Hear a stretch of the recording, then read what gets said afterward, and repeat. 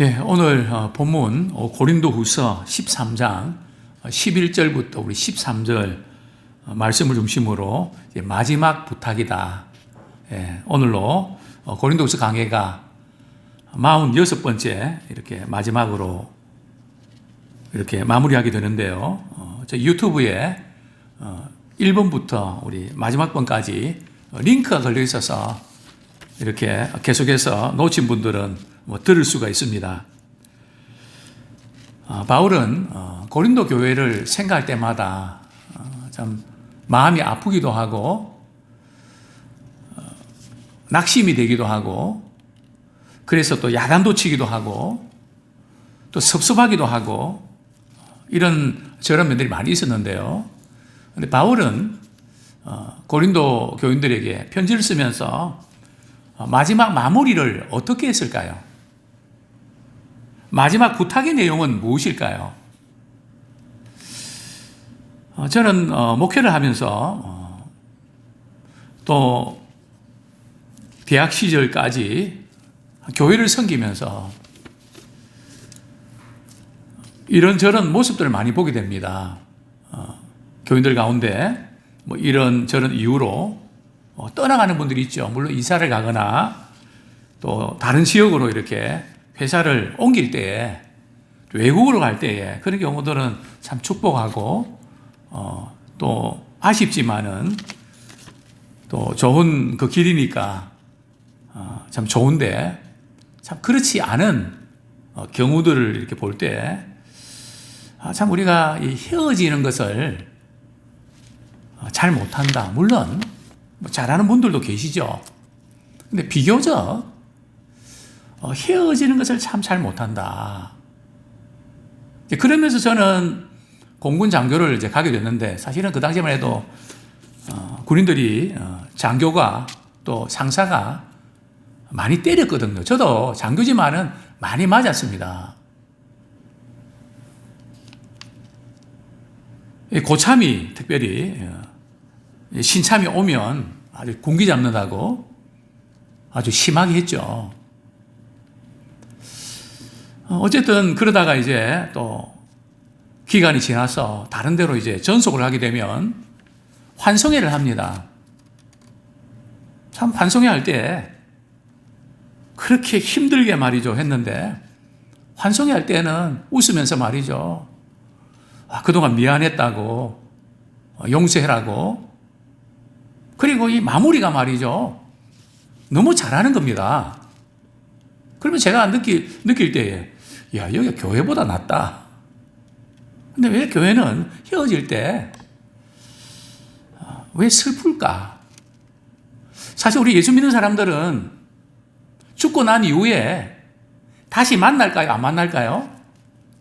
지옥에서 만나든지 천국에서 만나든지 물론 다 우리가 천국에서 만나면 좋은데 성경은 또 그렇게 말씀하고 있지는 않거든요.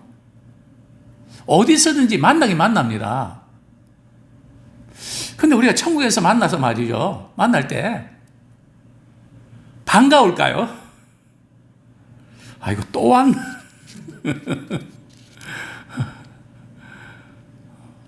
참 반갑게 만남이 이루어질 수 있을까?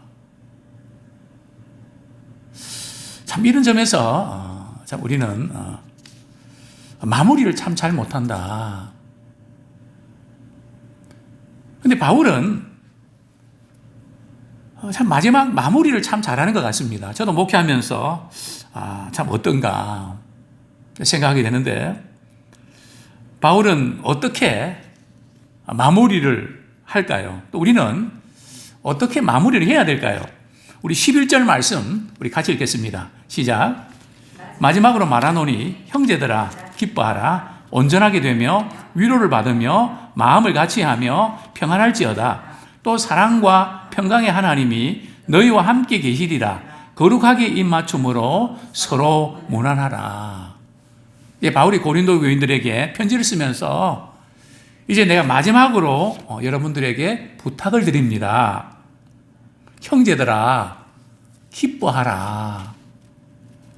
참 못마땅한 것이 있고 마음 상한 것이 있고 또 힘든 부분이 있어도 또 책망할 부분이 있고 그렇다 할지라도 바울은 항상 형제들아, 참 사랑의 표현 아닙니까? 애칭 아닙니까? 형제들아, 어떻게 하라고요? 기뻐하라. 기뻐하라. 정말 이 교회에서의 분위기는, 또 목장의 분위기는 기쁨의 분위기가 되어야 됩니다. 그래 한 줄 동안에 살아오면서 참 힘들고 어려웠던 그런 스트레스나 여러 가지 마음 상한 일들이 회복이 됐거든. 그래서 느헤미야서죠. 느헤미야서 보면 기뻐하는 것이, 너희가 기뻐하는 것이 너희의 힘이다. 우리 기뻐할 때 힘이 나거든요. 그래서 바울은 방금 전까지 고린도 교인들을 책망하고 또 야단치면서 마무리를 형제들아 기뻐해라. 특별히 이제 우리가 야단치고 우리 아이들 혼내고 이럴 때, 아이들 잠잘 때에 그 기쁨으로 잠들 수 있도록 그 슬픔과 아픔으로 잠들게 해서는 안 됩니다. 내가 너를 사랑한다 안아주고 참 기뻐하는 그런 모습을 우리는 보아야 됩니다. 자, 두 번째가 뭡니까? 5가지 명령을 부탁을 하는데요. 두 번째가 온전하게 되며, 여기서 온전하게 된다는 의미가 뭘까요? 뭐 잘못한 것이 하나도 없고 완벽하다는 그런 뜻일까요? 그게 아니고요. 원문에서 온전하다는 것은 잘못된 것을 고친다는 겁니다. 고린도 교인들이 잘못된 거 이제 회개하고 돌이키면서 고치는 거. 너희들이 정말 이렇게 온전하게 되기 원한다. 어그러진 뼈들이 이렇게 바로 맞춰지기를 원한다.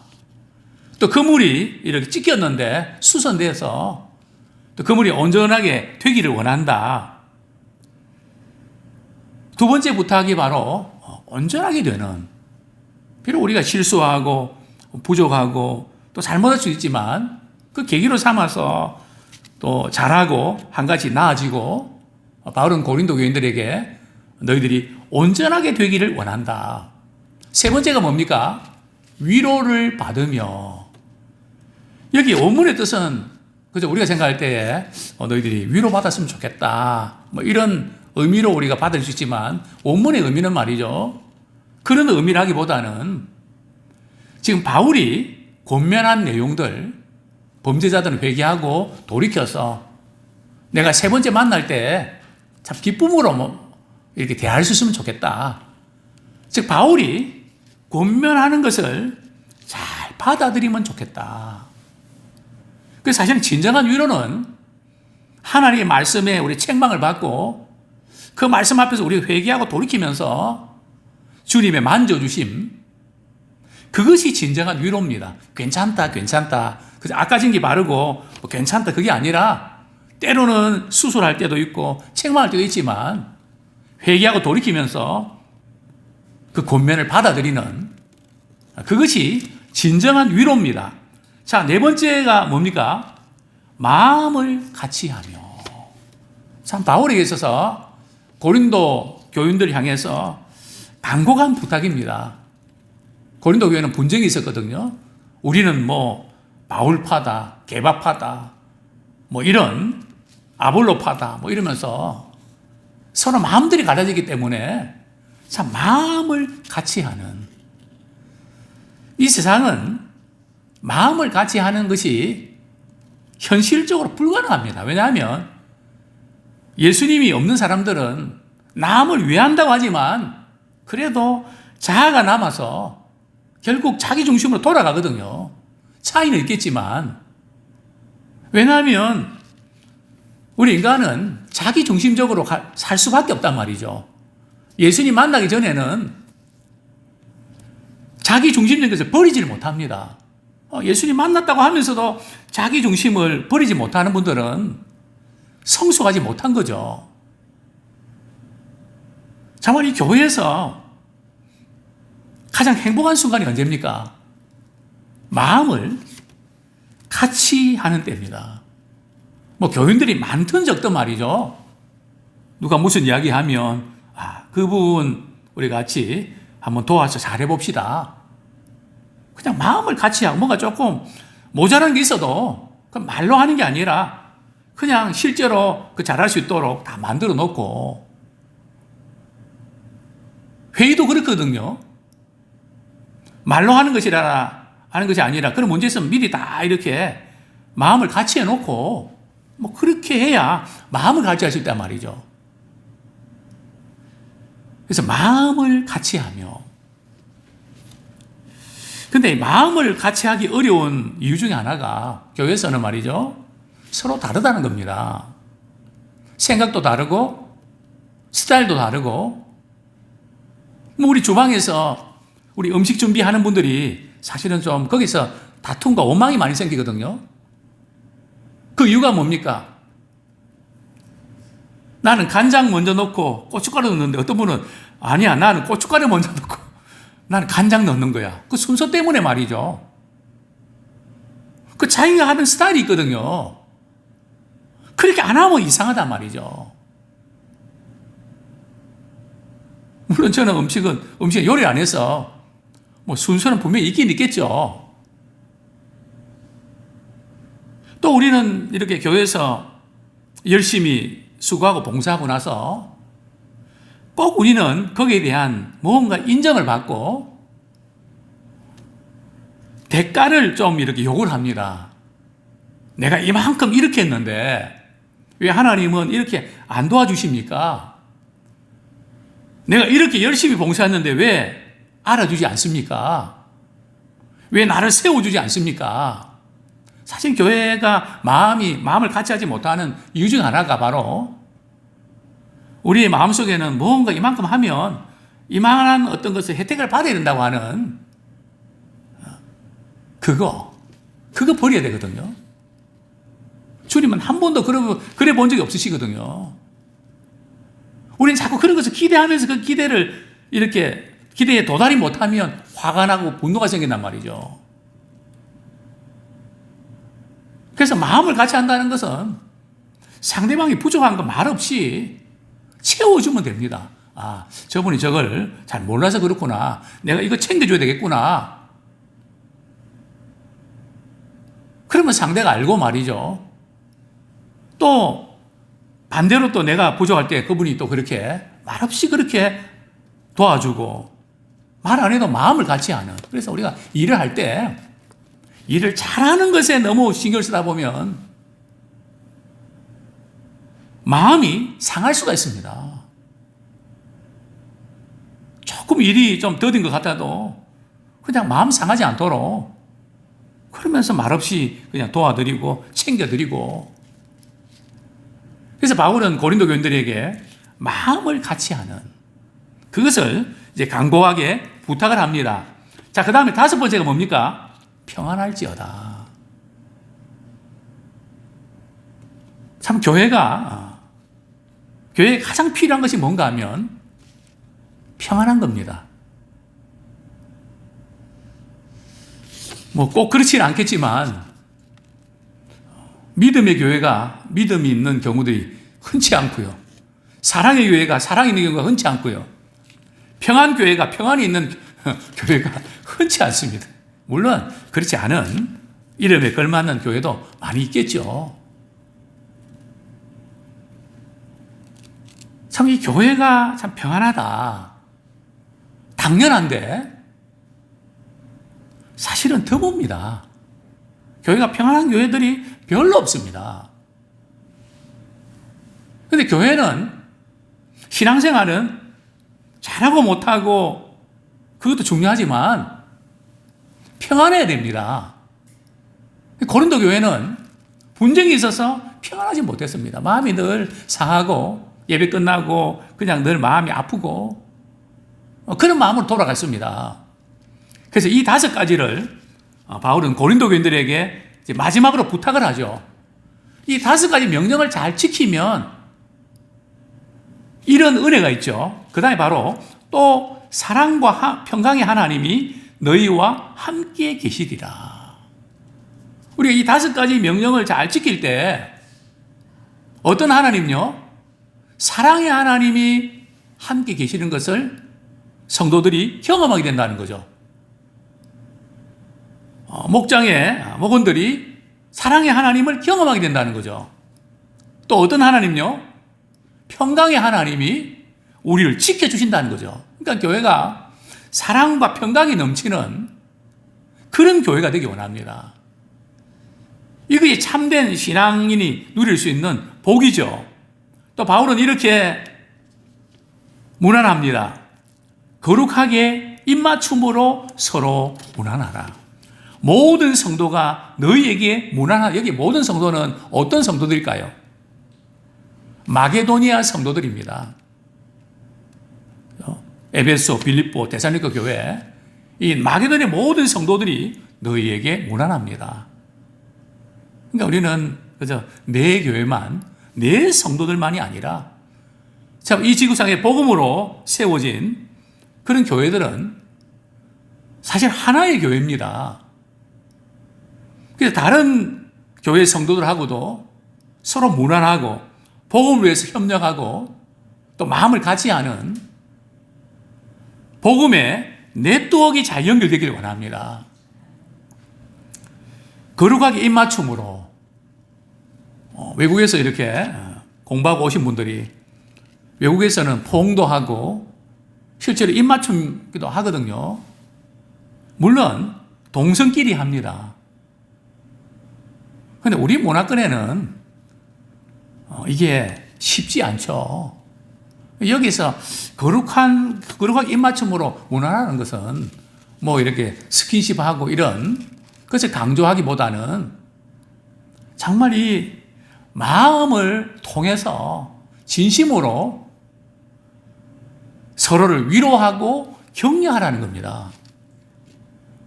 참 마음 깊은 곳에서 말이죠. 상대를 축복하고 위로하고 정말 힘을 북돋아주고 싶은 그런 마음으로 서로에게 문안해라.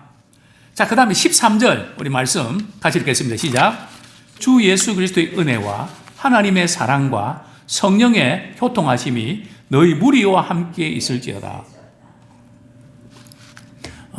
바울은 고린도 교인들에게 삼위일체적인 축복 인사를 하고 있습니다. 이 지금 우리 13절의 이 내용은 상당히 좀 우리가 익숙한 그런 내용이죠. 우리 예배 시간에 언제 이런 표현을 많이 듣곤 합니까? 우리 축도할 때 주 예수 그리스도의 은혜와 하나님의 사랑과 성령의 교통하심이 너희 무리와 함께 있을지어다. 그래서 끝이 조금 다른 분들이 두 부류가 나눠지거든요. 어떤 분들은 끝이 있을지어다.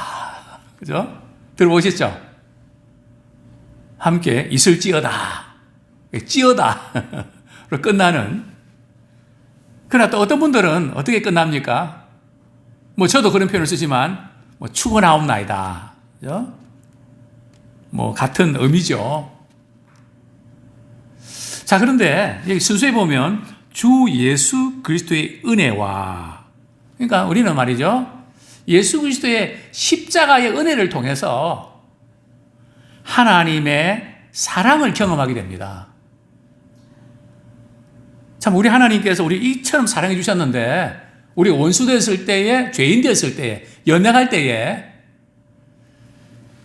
자기 아들을 말이죠, 십자가에 못 박게 하심으로 우리에 대한 자기 사랑을 확증해 주셨습니다. 그러니까 우리 십자가의 사랑을 통해서 우리는 예수 그리스도의 은혜를 깨닫게 되고 하나님의 사랑을 깨닫게 됩니다. 그리고 예수님이 부활하시고 승천하셔서 우리에게 성령을 보내주셨죠. 그리고 예수 믿는 사람들은 성령 안에서 교제하는 사람입니다. 성령과 친밀하게 지내고 성령의 감동도 받게 되고 또 성령께서 우리 마음에 그건 아니야, 때로는 막으시기도 합니다. 그래서 우리는 성령과 교제하는 특별한 우리 은혜와 특권을 받았죠. 그래서 우리의 교제는 그저 회식을 하고 다가를 나누고 그런 교제보다 참 예수 그리스도의 십자가의 그 은혜 안에서 우리는 서로 만났다. 십자가의 은혜로 통하기 원합니다. 하나님이 우리를 이처럼 사랑해 주셨던 것처럼 우리 또한 그 하나님의 사랑을 서로에게 흘려보내는 그런 사랑의 공동체가 되기 원합니다. 또 우리는 우리 생각, 그냥 그런 어떤 인간적인 경험, 자기중심적인 것이 아니라 참 성령 안에서 그리스도의 마음으로 서로 헤아리고 품는 정말 성령 안에서 교통이 이루어질 때 정말 이게 하나 되고 말할 수 없는 기쁨과 축복을 경험하게 될 줄로 믿습니다.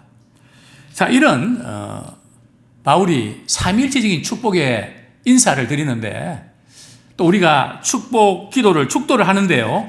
이것이 어디에서 유래했을까요? 우리 민수기 6장 23절부터 27절까지 한번 같이 읽겠습니다. 예배 시간에 축도하는 유래, 또 우리 축복 기도하는 유래가 여기서 나오게 되죠. 민수기 6장 23절부터 27절까지 우리 같이 한번 읽겠습니다. 시작. 아론과 그의 아들들에게 말하여 이르기를 너희는 이스라엘 자손을 위하여 이렇게 축복하여 이르되 여호와는 내게 복을 주시고 너를 지키시기를 원하며 여호와는 그의 얼굴을 내게 비추사 은혜 베푸시기를 원하며 여호와는 그 얼굴을 내게로 향하여 드사 평강 주시기를 원하노라 할지니라 하라. 그들은 이같이 내 이름으로 이스라엘 자손에게 축복할지니 내가 그들에게 복을 주리라. 이 세상들이 축복 기도거든요. 그렇게 축복할 때 하나님께서 내가 그들에게 복을 주시겠다. 이런 놀라운 복이 우리 새해도 우리 모두에게 임하기를 축원합니다.